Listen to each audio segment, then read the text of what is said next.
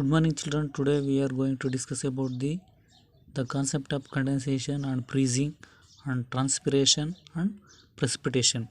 So before going to discuss all these things, just we recall what we discussed in last class. In last class we discussed about the melting, boiling and evaporation. So here melting means the process of solid changes into liquid upon heating. That means the process of solid state that changes into liquid state upon heating. This process we call it as melting. Example, ice is converted into water upon heating. Here the symbol of triangle indicates heating. So next, boiling, the process of liquid state changes into gaseous state at a certain temperature. So this stage we call it as boiling, and this temperature we call it as boiling point. So example, boiling point of water is 100 degrees Celsius. At 100 degrees Celsius water gets starts to boil. So next evaporation, the process of liquid changes into upon the process of liquid changes into gas upon heating. So this process we call it as evaporation. Similarly, liquid state that changes into gaseous state upon heating. Example, water gets changes into water vapor upon heating. This process we call it as evaporation. So now next we discuss about the condensation. Okay, here condensation, the process of gaseous state changes into liquid state upon cooling. The process of gaseous state changes into liquid state upon cooling. This process we call it as condensation. Or similarly we can write it, this is in schematically gaseous state that changes into liquid state upon cooling. Here the reverse symbol of triangle indicates cooling. Example, water vapor gets converted into water upon cooling. So this process we call it as condensation. Okay. So next, define freezing, the process of liquid state changes into solid state upon cooling. Here liquid state changes into solid state upon cooling. Okay, schematically we can represent it as water, liquid state changes into solid state upon cooling. Here the reverse symbol of triangle indicates cooling. So example, water is liquid state, so it gets converted into solid state. Here ice is a solid state upon what? Cooling. This process we call it as freezing. Okay, I will once again repeat it. The process of gaseous state changes into liquid state upon cooling. So this process we call it as condensation. Okay, schematically we can represent as gaseous state changes into liquid state upon cooling. The reverse symbol of triangle indicates cooling. Here water vapor is the gaseous state that converted into water. Water is a liquid state upon cooling. So this is an example for condensation.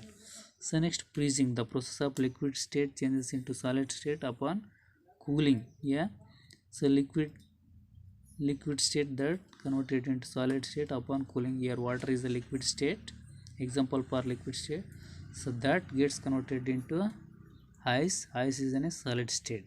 Okay, this is an example for freezing. So next we are going to discuss transpiration. So transpiration is the loss of water in the form of vapor from the aerial parts of the plants. Okay, transpiration is the loss of water in the form of vapor. How it loss? In the form of vapor from aerial parts of the plants. So here aerial parts like leaves are the aerial parts of the plants. That so the water in the aerial parts, they get evaporated, so in the form of vapor. So this process we call it as transpiration. Okay, I will once again repeat it. Transpiration is the loss of water in the form of vapor from the aerial parts of the plants. Okay, so next, precipitation, water released from the clouds in the form of rain, snow or hail, etc. So this process we call it as precipitation. Okay, I will once again repeat it. Water released from the clouds in the form of rain, snow and hail, etc. So this process we call it as precipitation. Okay, Next we are going to discuss water cycle. So what are the steps are involved in the water cycle? Here the steps are involved in the water cycle are: first one, evaporation and transpiration, condensation, precipitation, surface runoff, and groundwater. I will once again repeat it: evaporation, transpiration, condensation, precipitation, surface runoff of groundwater. So all these are the steps that are involved in the water cycle. Now let us see how the water cycle is taking place and with their definitions. Okay, here water from the seas, lakes and oceans that are here water from the seas, lakes and oceans, so that are gets evaporated into water vapor. So this process, so due to the heat of sun, this process is called as evaporation. Here evaporation is taking place. Okay, so here transpiration means, so it is the loss of water in the form of vapor from the aerial parts of the plants. So here transpiration taking place, loss of water in the form of vapor from the aerial parts of the plants. Aerial parts of the plants means, so leaves are the aerial parts of the plants. Okay, here evaporation and transpiration taking place, and so here water gets evaporated into water vapor. This process, so due to the heat of sun, this process we call it as evaporation. Here first step is evaporation. I will once again repeat it. So water in the water bodies like oceans, seas, lakes, and also water in the aerial parts of the plants and soil and animals get evaporated. So due to the heat of the sun. Okay, due to the heat of sun into water vapor. This process we call it as evaporation. Okay, the evaporated water enters the air. Here the evaporated water enters the air and rises up, and it gets condensed by cool air, and it turns into droplets of water. Okay, here water vapor condensed by cool air and turns into droplets of water. Okay, so this process we call it as condensation. So condensation means what? Due to the heat of sun, water gets evaporated and rises up. So due to the cool air, okay, water vapor turns into drops of water. So this process of changing water vapor into liquid state is called condensation. Here condensation is taking place. Here water vapor gets converted into water droplets. Okay, due to the cool air. So this process we call it a condensation. First one, evaporation.